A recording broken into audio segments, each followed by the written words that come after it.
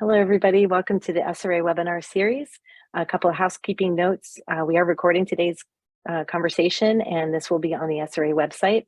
Also, at any time, if you'd like to put in any questions you have, you can do that at any time, and they will be going through those questions. With that, I will turn it over to Rob. Well, thank you, Jill, and welcome everybody to this webinar titled Upping Our Game, Risk Assessment Quality. This is going to be a discussion about the Society for Risk Analysis and its role in helping assure risk assessment quality. My name is Rob Waller. I work with museums, libraries, and archives to establish collection value loss, multi-hazard ranking and screening risk assessments and risk management strategies based on those assessments. I'm moderating this discussion in my role as chair of the Applied Risk Management Specialty Group. Participating in today's webinar, we have two very well-known and respected authorities in risk analysis, Warner North and Greg Paoli.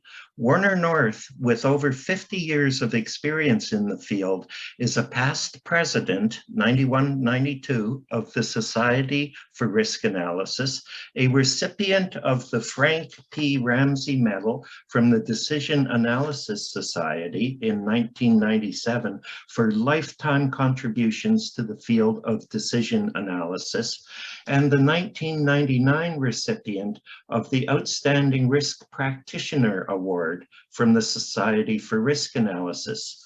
Greg Paoli serves as Principal Risk Scientist and Chief Operating Officer at Risk Sciences International.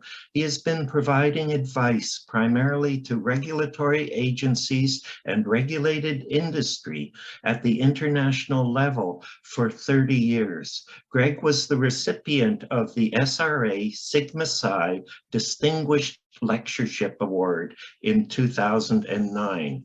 I want to make clear that I and our guest presenters for the webinar, Warner and Greg, are not presenting official positions of the Society for Risk Analysis. Instead, we are sharing our views on ideas which SRA and its members may choose to consider. We have structured this webinar to be conversational in nature rather than as formal lectures.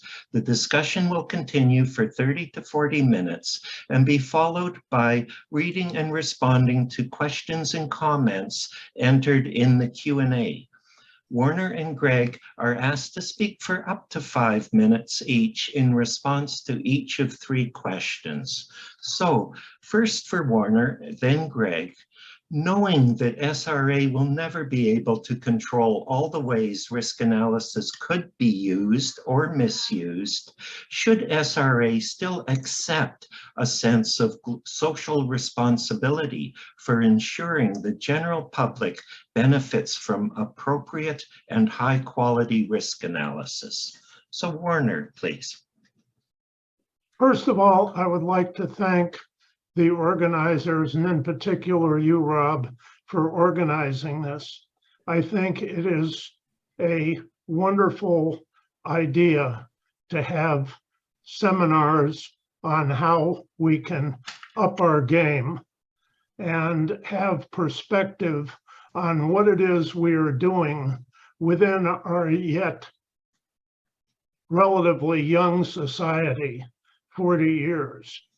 On this first question, I think we need a context to consider that our community is relatively young and that we interact with a lot of much older communities in science and in policy.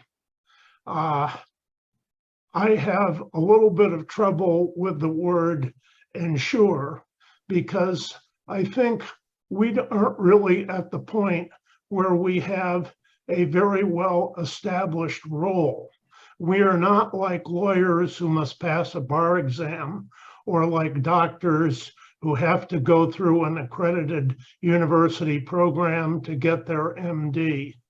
Rather, we are a society that is open to anybody who wants to attend and interact with the members of SRA.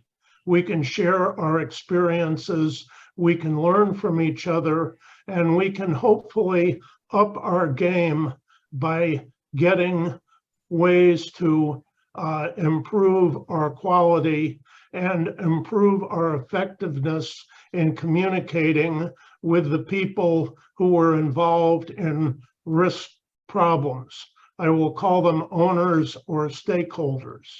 We need to be reaching out to those people, and we need to be in partnership with the experts in applicable disciplines, that is physical sciences, engineering, biomedical, and in Rob's case, you're coming from a community of people that are concerned about protecting our heritage. You're a wonderful addition to our ranks, and I hope there will be many more who find that SRA is valuable in terms of helping them assess and manage risks within the domain of their activities. Thank you, Warner. Greg? So I'll start by suggesting that we have, as a profession, I agree with Warner in the sense that we don't have the equivalent of a bar exam. But we need to focus attention on, I'm going to focus my attention on risk assessment, but I think we also want to contemplate and make sure at some point we cover errors that would be related to risk perception, risk communication, concepts of trust, all sorts of things which have their own myths and errors associated with them. And then into the decision sciences as well, where there's all sorts of errors that can be made in that realm. And I think we should try to cover all of those domains. One of the things that we spoke about before, and I think has been mentioned many times in SRA fora, is that for many people, risk analysis is their second profession. They have a disciplinary profession, usually centered on their undergraduate and graduate degrees, and then they find themselves often in mid-career with a risk analysis job and a responsibilities to estimate risk and to manage risk that they weren't trained to do. And so that's a big challenge and a big hole in society that is not really easily filled. There aren't a lot of places to get training in risk analysis, and people who have shopped around for that sort of training find very little stock on the shelves of training. And I also think, because of the inherent nature of what we're doing, and the fact that we're often predicting things that are either essentially unobservable or things that we hope will never happen, we don't have the benefit of getting feedback when we make mistakes, because there's no contrary evidence to the prediction that we just made. So that's another area in which we have to recognize that we're an inherently vulnerable profession in terms of making mistakes, misuse of risk analysis concepts, etc. So I think in terms of social responsibility, I wouldn't maybe go quite that far. I think we should, just sort of use the concept of physician heal thyself. Get our own house in order, and then eventually reach out and see if we can fix other people's problems as well. Well, thanks, Greg. I find that very hard to argue with, actually. So our next question is, if we accept any sort of responsibility or kind of ethical responsibility for ensuring some quality in risk assessment to the degree that we can, what do you think would be promising ways for SRA to exert influence, both internally and externally? Warner, could you begin? Well, I will start on this by thinking in terms of many people and many organizations that have to worry about what might go wrong. Risk as a negative consequence. In simple situations, crossing the street in traffic, many of my friends and I who have been to Great Britain learn that you've got to look the other way. There was a risk of oncoming traffic, and the way your instincts work, you're used to cars coming from the other direction, and you have to be careful and think you're in a different land and the traffic is on the other side of the road. Be careful.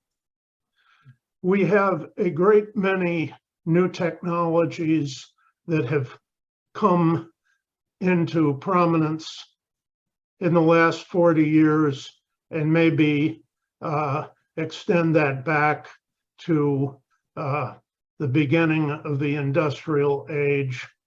And as these technologies get deployed, we have risk issues that have to be dealt with. At one point, it was steam boiler explosions, and the professional society was able to come up with guidelines and standards that reduced the incidence of these very dangerous explosions. Well, now the pace of technology development is accelerating. We've got all kinds of biotechnology. We've got climate change. We've got all sorts of other issues that various professional communities have to worry about in terms of what might go wrong. How do we assess the probability and the magnitude of the consequences? And what might we do to deal with it? I'd like to go back to a report by the National Academy of Sciences that I had the pleasure to participate in back in 1983.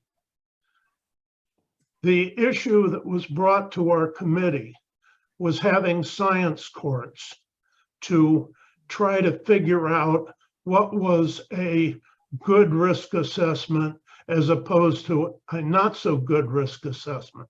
This was proposed by an industry group. Our committee quite quickly decided we thought this was unworkable because the best people would not be very interested in serving on these committees. There was actually such a science court in Canada on alachlor. I was involved at the time, so I watched from a distance as this occurred with thousands of pages of transcript and lengthy debate and discussion. And in my judgment, it was not clear it was useful. Our committee, in turn, came up with what we thought were simple, straightforward recommendations. First of all, risk assessments ought to be done in the form of a document that becomes available to interested parties so you can read it. And then just as you might ask somebody to check your work if you're doing something where you don't have a lot of experience, outside review is a very good idea.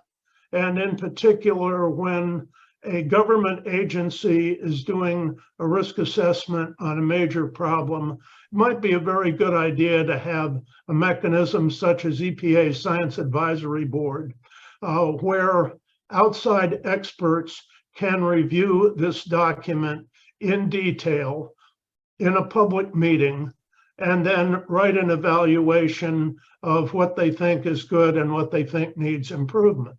I served on EPA's Science Advisory Board on a number of committees where we did just that. And we often had very useful dialogues with the affected industry and the public in our meetings. I think it's a wonderful idea pretty much across the board to have such open meetings with reviews of major risk assessments as a prelude for the agency deciding on a risk management action. Then the idea of guidelines. We decided rather than having a science court on a case-by-case basis evaluating risk assessments, why not have a series of guidelines on cancer risk assessment, on exposure assessment, etc., so that the people that are preparing these documents have guidance, and where there is an unresolved issue, then perhaps they want to go to more experienced people, such as a committee of the National Academy of Sciences or the Canadian Council, and have those issues examined by experts who can then refine the guidelines and improve practice. The Society for Risk Analysis has been host for many discussions with EPA and other agencies on how they might do risk assessment better. I believe the Society welcomes the opportunity to play that kind of a role as host for a discussion and debate among people on how we can improve risk assessment in some specific area. Great, thank you, Warner. Greg? So one of the ideas I've been bouncing around with a few colleagues recently in one specific specialty group was whether to create and ultimately curate, in other words, also keep up to date, what we might call, as a short form, the top 10 list of things to avoid doing, where there are things, and here what I'm talking about is focusing on the floor as opposed to the ceiling of the quality continuum, and raising not only the ceiling, which I think there's enough people in the society always striving to push the ceiling up, you know, make risk assessment much better, include new technologies, you know, whether it's genomics or whatever the next thing that comes around is. I don't think we have a problem with pushing the upper end of the quality continuum. I think we might have a problem with the floor, which is the part where you transition from low quality to dead wrong. And I think that's something the SRA needs to seriously contribute to the cleaning up of. So that's one thing that I think, and I can imagine if that top 10 list existed for each specialty group, it would be an enormously valuable resource. And I would love to see that from some of the specialty groups that I know very little or relatively little about. The other thing that is a natural sort of extension of that concept is having sessions at this annual meeting. Originally it could be an actual session at the meeting, but eventually it could just become a standard part of the workshop series that are offered on the day before the annual meeting. And for example, being made free to anyone in the first 5 years of their membership of SRA, and they can just go year after year to another one of these sessions and learn about the mistakes. There's so many mistakes that have been made, and often they're essentially covered up or not fully explained as being true mistakes, as opposed to people's having a difference of opinion. And I think we have issues where I have seen it, and this is maybe getting ahead to your next question about errors we have seen, Rob, but there are situations in which mistakes are made over and over again, and they're correctable, but there's no checklist anywhere that says you made error 3B.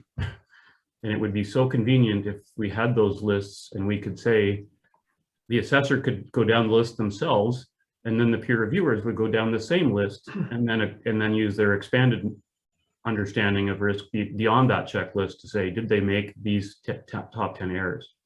So those are some things that I thought of could be done, and I think it would have a massive internal influence and would eventually have an external influence and maybe make the society look like the kind of society it kind of aspires to be, which is thought leadership in risk analysis, which is desperately needed at the international level, desperately needed. Wow, thank you, Greg. I really do like that idea. We also got a comment from Charles Haas. Greg, I like your idea a lot. Common errors in doing risk assessment. My first candidate would be multiplying 90th percentiles of all the inputs and thinking that you now have a 90th percentile of the estimate. So that's one for our list right away. But it does seem to me that it would be a really useful thing for our society to have, especially as you say, for newcomers to get this sense of where things can easily go wrong. So thank you both. Our third question, in your experience, is quality of risk assessment an important issue? And again, in your experience, have you encountered examples of low quality risk assessment that have led to harm? And again, Warner, if you could start us. I will start, and I think we can go around and have discussion with our audience on this, submitting specific questions. But I'll start with one, which I see again and again as a problem in organizations and in people's thinking. It is that risk assessment ought to be an ongoing process, not a one-time exercise. And so we have situations where agencies have carried out a risk assessment, maybe before that term was common. I'll take the example of the risk from ingesting milk that is not pasteurized versus pasteurized milk. Peg Coleman in our society has been working on this for a number of years, and I've had the pleasure of working with her. The problem is this: in the 19th century into the 20th century, there was a lot of bad milk out there. If any of you watch on PBS, All Creatures Great and Small, the last episode had a situation about cows that had tuberculosis. Yes, that was a problem. And so the public health agencies decided milk should be pasteurized, no exceptions.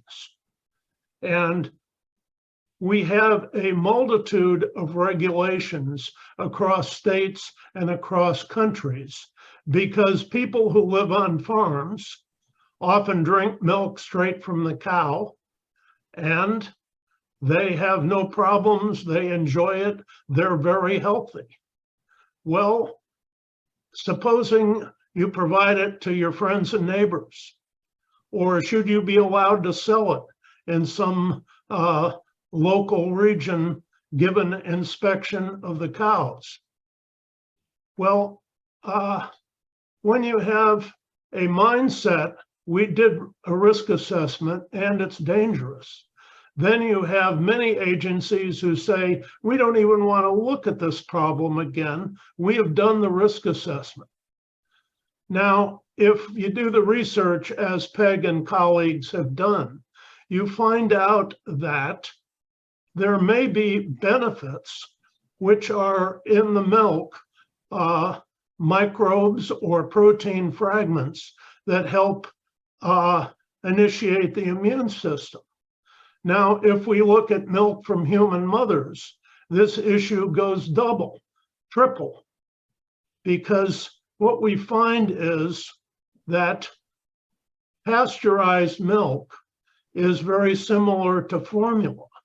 And what epidemiology has been done indicates that children who are raised on mother's milk do much better in not having autoimmune disease, et cetera, than those that have formula. Well, what about this? Shouldn't we look at the benefits of unpasteurized milk with modern biology, where we can try to identify what's going on here? How does the immune system get stimulated?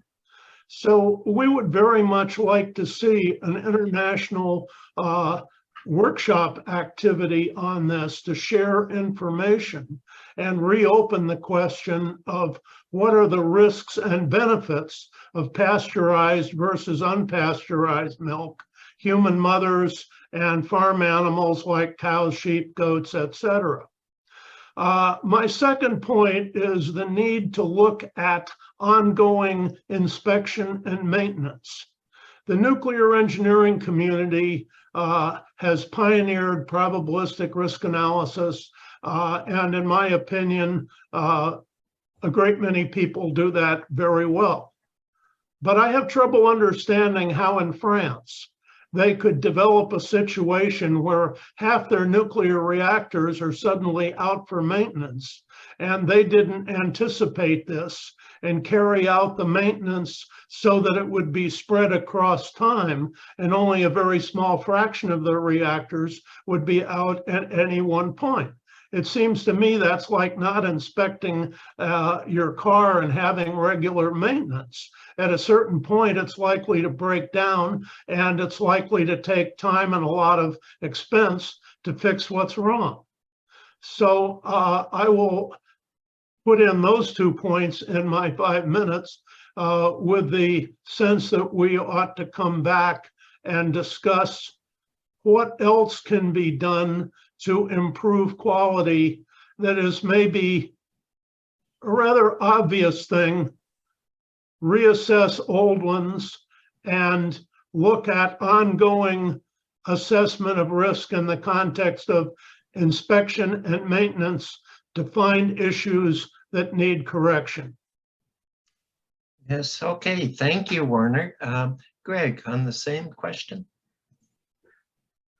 I would say in response to the question of, do we see a lot of errors, and do we see, and again, I want to make the distinction between low quality and wrong.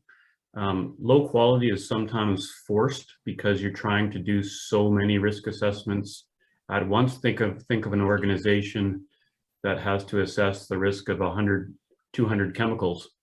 For example, they may have to do relatively low quality risk assessments compared to what they would do if they were doing only one. And you would get a very high quality risk assessment for one chemical. That same continuum falls off a cliff at some point where the risk assessment activity is not just of low quality, where that's kind of recognized to be a necessity, it's actually wrong. And so that's I think we should break the quality continuum up into have at least that discrete nature to it. So that's one thing, just to add to the conversation. In that realm, we do see errors a lot. And we see them actually happening, as I mentioned a few minutes ago, over and over again. Just to give an example, there was a risk assessment activity international level, was about 20 years ago, 2002. And 2 errors were made in the same risk assessment, both of multiple orders of magnitude. They just happened to be in the opposite directions and canceled each other out. That's an example of something gone very wrong. And that same mistake was essentially published last year in 2022, 20 years later, exactly the same mistake. What we don't have on the record anywhere is the exact nature of that mistake. It's not written down anywhere. And even when there was a letter to the editor in response to the most recent error, the letter to the editor correctly identified the error, but didn't describe it in a way that anyone could avoid doing it again. They simply didn't explain it. They just said it's a common error. So this is an example of why I think this kind of a checklist idea would be important, because you can have these things on the record, make it into a hypothetical example, so we're not trying to embarrass anybody in particular, just make these things known.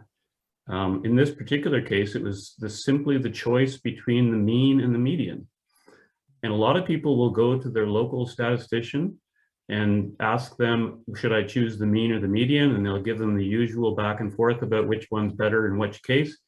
In this particular application of risk analysis, the mean is correct. and propagating the median is dead wrong. And that distinction was the basis of the error, and it's the basis of the error that was made again 20 years later. So these kinds of things are happening. If I've seen this happen 100 times, and you extrapolate that to the SRA community, how many errors have we collectively seen? Ideally, we're fixing them. Ideally, it's near misses, such that before the report gets out the door, we find mistakes. I made a mistake just yesterday, as an example. I luckily caught it at the last minute. And it's something as simple as this. You convert from grams to milligrams. If you do that wrong, your error is not a factor of 1,000. Your error is a factor of 1,000,000, because you've got it in the back. You've gone the exact opposite direction from where you were headed. That you make an error a factor of 1,000,000, you can do that error in 5 seconds. Somebody else can catch it in 5 seconds, luckily, but you can see that that makes a difference between a 10 to the -9 estimate of risk and a 10 to the -3 estimate of risk. And we don't want to make those mistakes, and they happen super fast, super easy to all of us incredibly fallible humans. So I think it's a big deal, and I think we can do a heck of a lot better. Super. Oh, thanks, Greg. Thanks so much. Those are the kind of 3 setup questions that we had. But just before opening the floor to questions and comments, and I again invite people to write in to the question and answer. But just before that, I'd like to ensure that we make mention of the risk analysis quality test, a publication spearheaded by John Lathrop for the Applied Risk Management Specialty Group of SRA in collaboration with other specialty groups. It is intended to help spotlight shortcomings in risk analysis, so it doesn't intend to replace any frameworks, but work along with them to really spotlight shortcomings in the risk analysis. And it's available for download from the SRA website. Now, unless Warner or Greg want to jump in, I'll look to the questions. Warner, yes. Well, I'd like to jump in and add an example to the ones Greg was describing. Nancy Levinson, a professor at MIT, is somebody whose book I've come to appreciate, although she is not a great exponent of probabilistic analysis.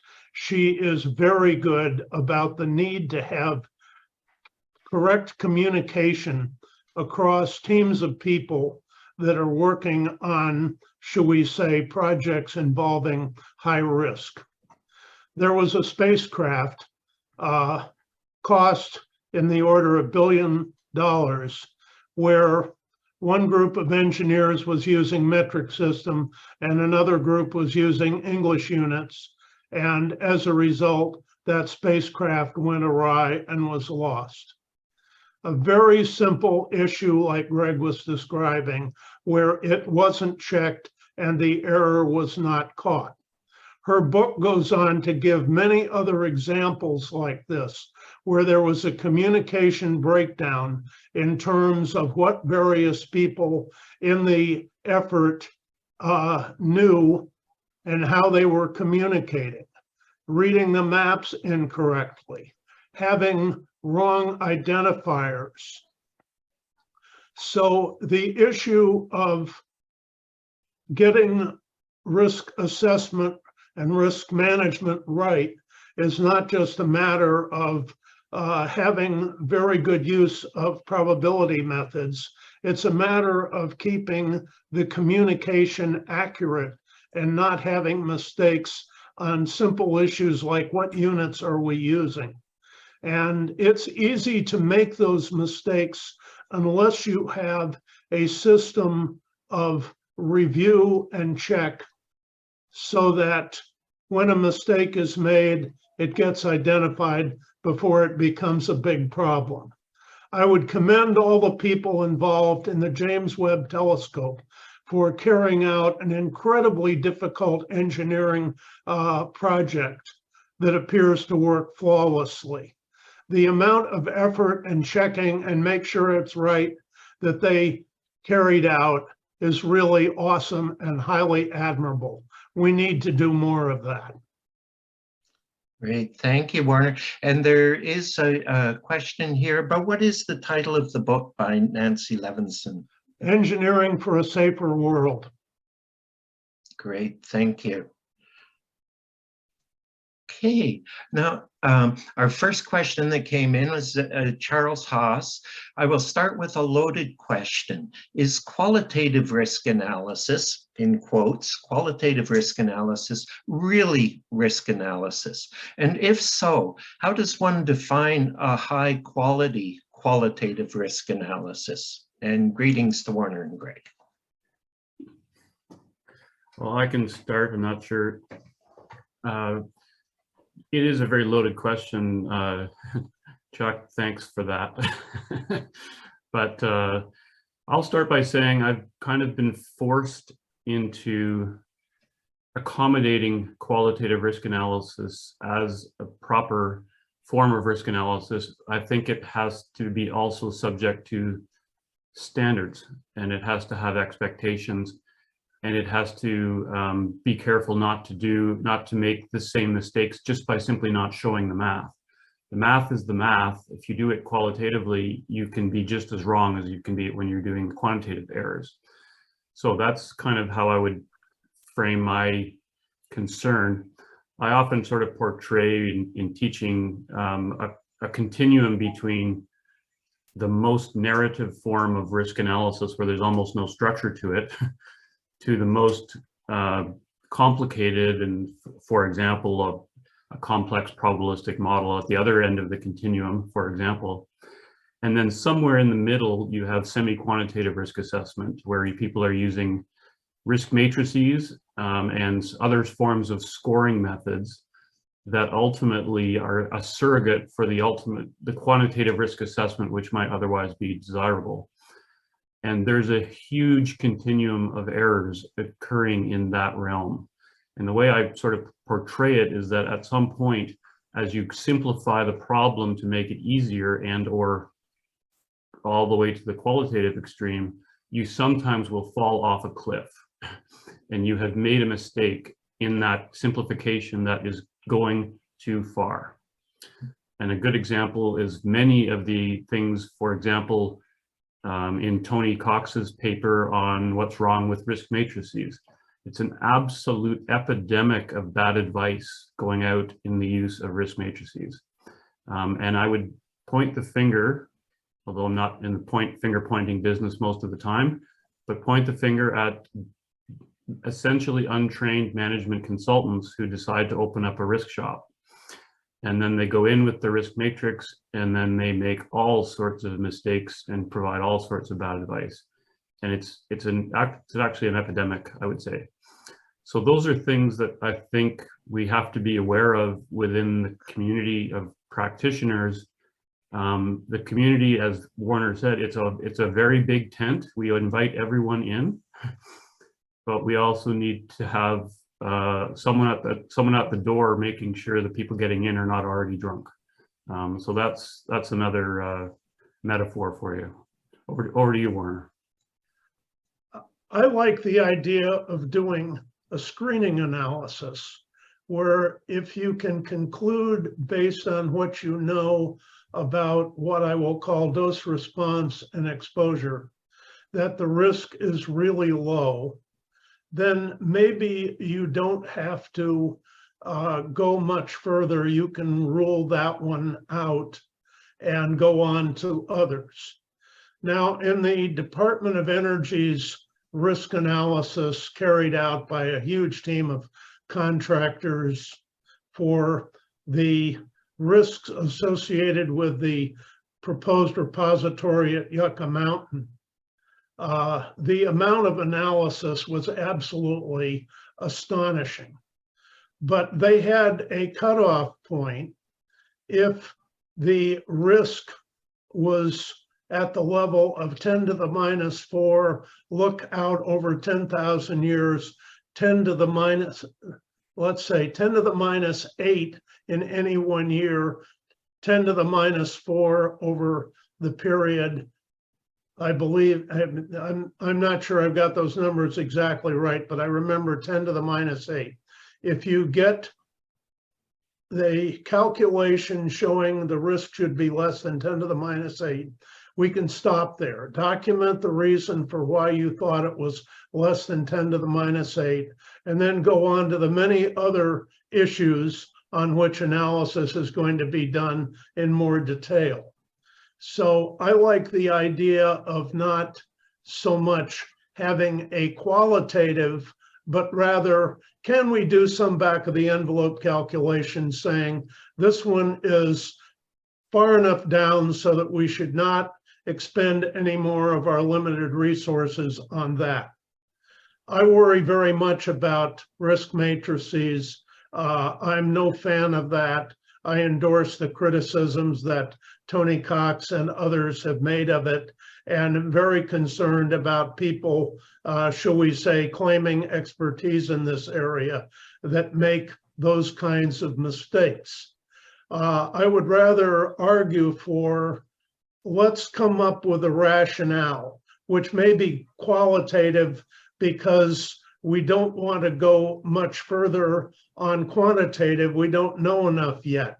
The issue of risks and benefits from pasteurized and unpasteurized milk, I would say, is still in the qualitative area, but we have enough indication that the benefits might be important, and the risks are based on analysis and experience from decades to centuries back, that maybe we ought to re-examine it and get better information. I think there are a number of issues involving risk where the answer based on a qualitative assessment may be, we need better information on this. Let's see if there's a way we can go and get it. Right.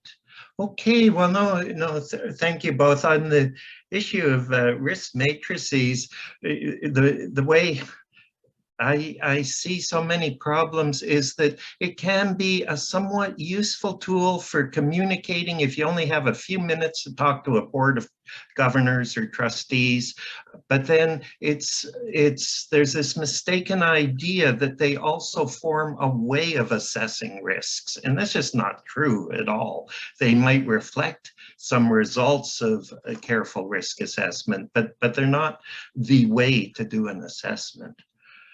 Now we have one that's fairly long, but quite interesting. So I think I'll just read it all. It's from an anonymous attendee.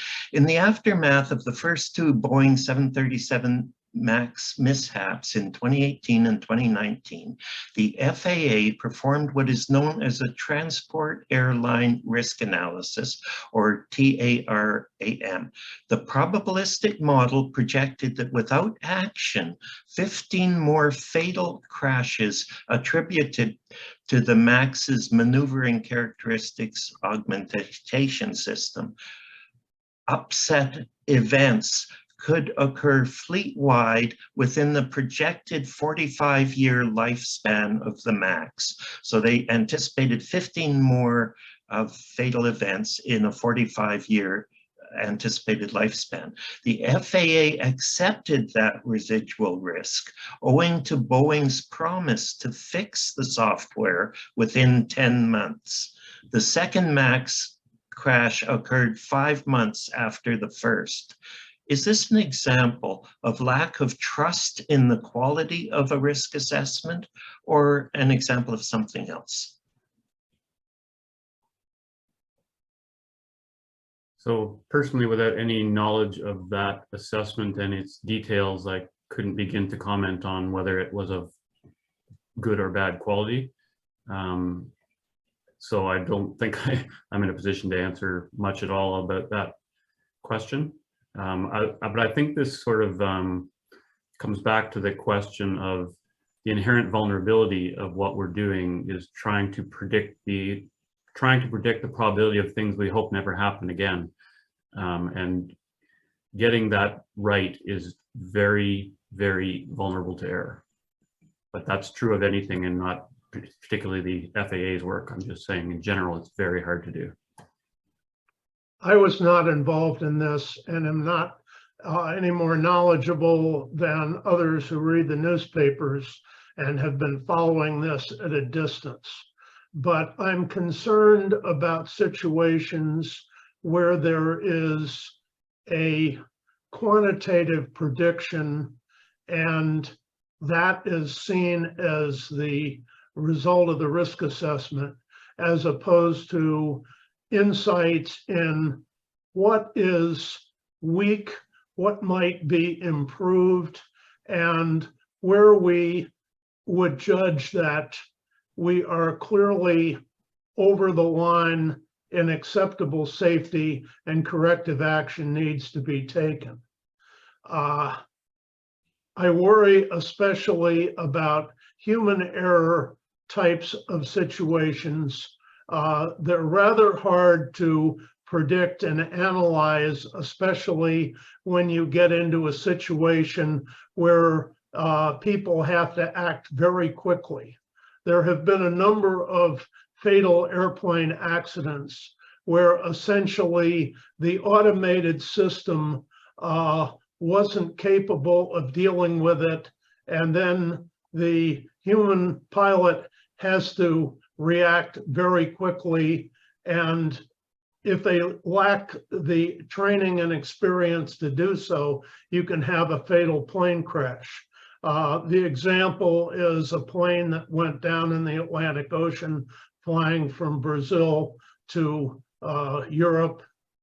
The people in airline safety who are concerned about this are very concerned about automated systems that essentially have control of the plane as opposed to the pilot. What kinds of errors can occur where those systems are not capable of dealing with it, and the pilot doesn't get the opportunity to react correctly fast enough. Right. Okay, thanks. And moving on to another question, this one from Azeta Saif, and apologies for any mispronunciation there. My question is to all of you. I am doing my PhD in risk management. My focus is on generic risk management and risk analysis.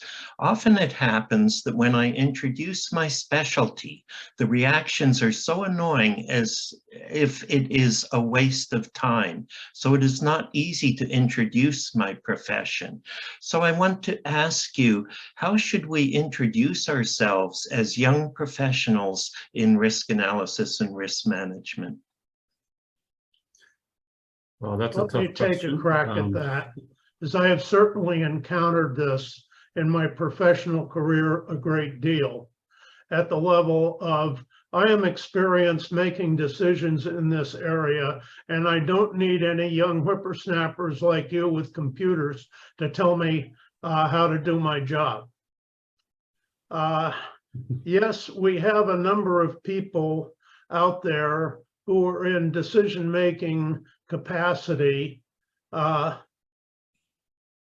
are, shall we say, not very receptive to getting help from people trained in decision analysis and risk management. My hope is that people will recognize the limitations of decision-making, I will call it by instinct. There is extinction by instinct on one side, and there is paralysis by analysis on the other side. And we want to steer between those. But in response to your question, I would say you need to be humble and willing to listen, and willing to spend perhaps a good deal of time in whatever application of generic risk management you're working in, so that you understand the background, the history, and the language before you step in with your quantitative methods. Some of these old timers have been dealing with problems like fighting forest fires. One example in my experience, they're reasonably good at it. They've had a lot of experience in what can go wrong, and that experience is shared in their community. On the other hand, we have found that sometimes there are policy errors that lead to major problems building up. In the forest fire area for the United States, I don't know about Canada, the issue is we are going to put the fire out by 10 a.m. the next day as U.S. Forest Service policy, as opposed to the big problem is the buildup of fuels within a forest that hasn't had a fire in many years. So when the fire occurs, it's so big, especially in extreme weather conditions, that we can't stop it until it runs out of fuel or the weather changes. So gradually, we are learning that managing the fuel in the forest by prescribed burning, by thinning, by other methods may be a great improvement over past practices, since we had Smokey the Bear as one of the most successful advertising campaigns in US history. Well, no, great advice. Thank you, Warner.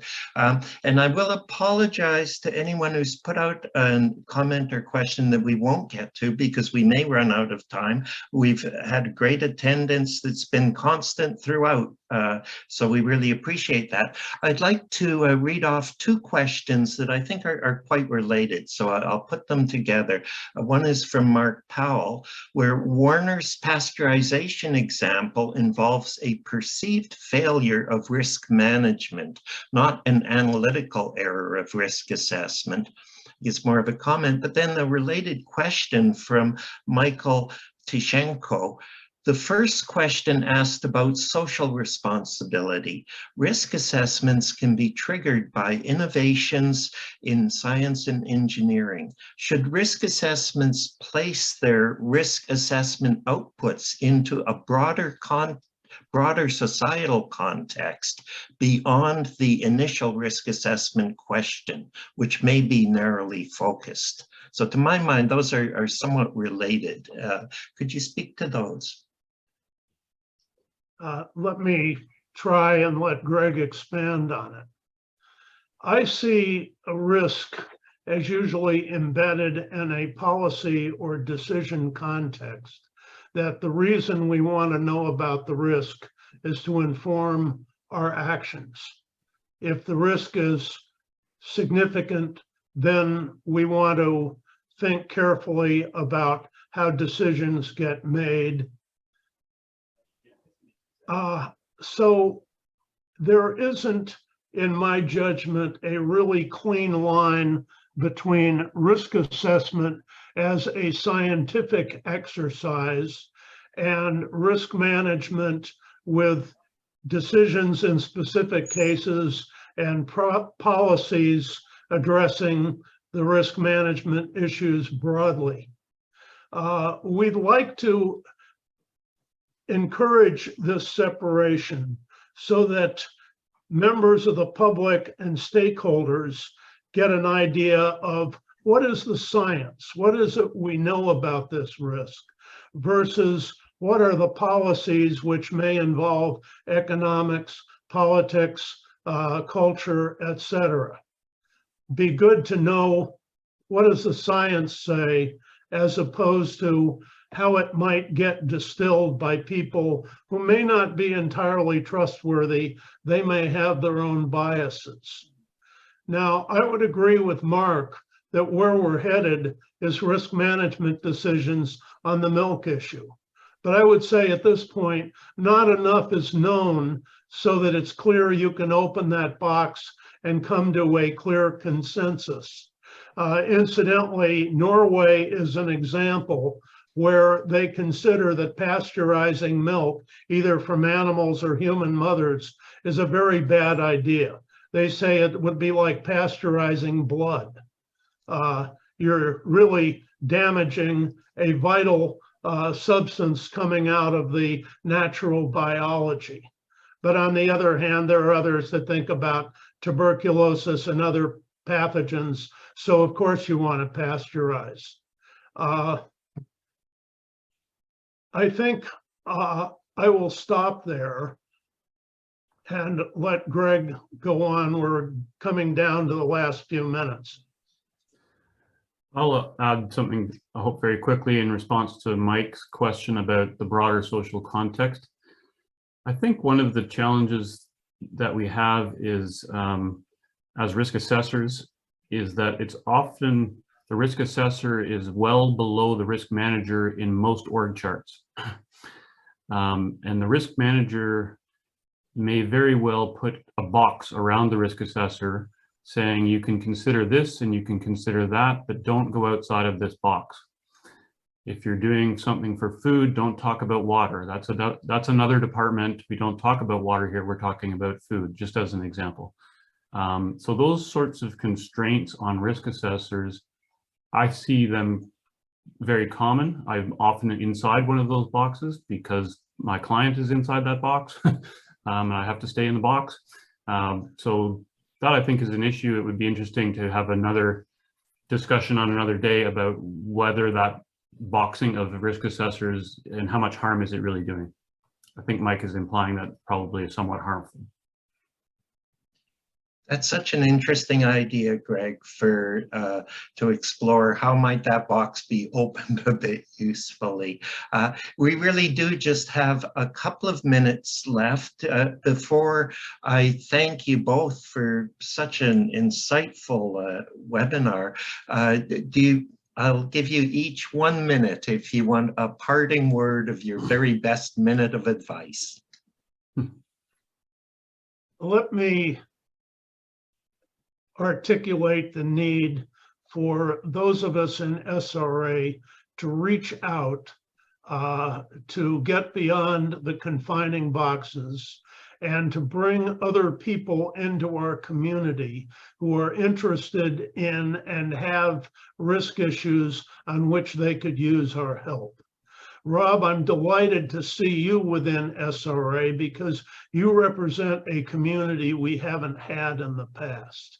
And I wonder how many others are out there that might follow the same path you did into our society and engage in dialogue with us. And perhaps they will help us and we will help them. Well, thanks, Warner. I found it so useful for helping me think critically about the kinds of mistakes I can make, and just from learning from Greg and you and Tony, all these people who can think so clearly about issues. Greg, do you have a? I guess my parting thoughts are just coming back to the question of whether there is an appetite to create these curated lists of various errors that can be made. I think it's entirely possible. We have a number of transdisciplinary errors. For example, we had the compounding conservatism issue that was identified and well reported by David Burmaster, and the entire community of risk assessors benefited from that publication for largely forevermore. Now you can point to the compounding conservatism error and you can have students go and read that paper, but there's a bunch of examples of things which are not written down. And they're not something that you can point someone to and say, you made error 3B. So I would really like to see such a thing like that emerge. Just one more example of that, back in the Superfund days, we had Scott Ferson identifying the error of back propagation in a probabilistic model. So you're propagating from effect to cause. Probabilistically, there's a fundamental error that is readily made there and readily shown to be wrong. And this is now happening again in the realm of reverse dosimetry in toxicology, where we're going from urinary to dietary calculations. If you try to do that probabilistically and you do it the wrong way, you're making exactly the same error that was identified in Superfund cleanups by Scott Ferson. So again, even though these are entirely different specialty groups, sometimes they're making the same mistakes. It would be interesting once we have this curated list to see how they compare across. And I think that's 12 o'clock, so I'll stop. Great. Thank you, Greg. And just before we close off, to participants, just a reminder that the Society for Risk Analysis, as Warner says, is very open, very welcoming, but it is a volunteer-based organization. So if any of you participants are interested in pursuing any of these issues, we've had some great suggestions for ways to move forward. Please do reach out to us and we'd be happy to engage with you. So with that, I'll turn it back to Jill to say goodbye. Thank you all so much for all this today. And I did actually copy the questions so we can send this to you. For any ones we didn't get, we can go ahead and put those out to you all. So thank you for your time today and have a great rest of your day.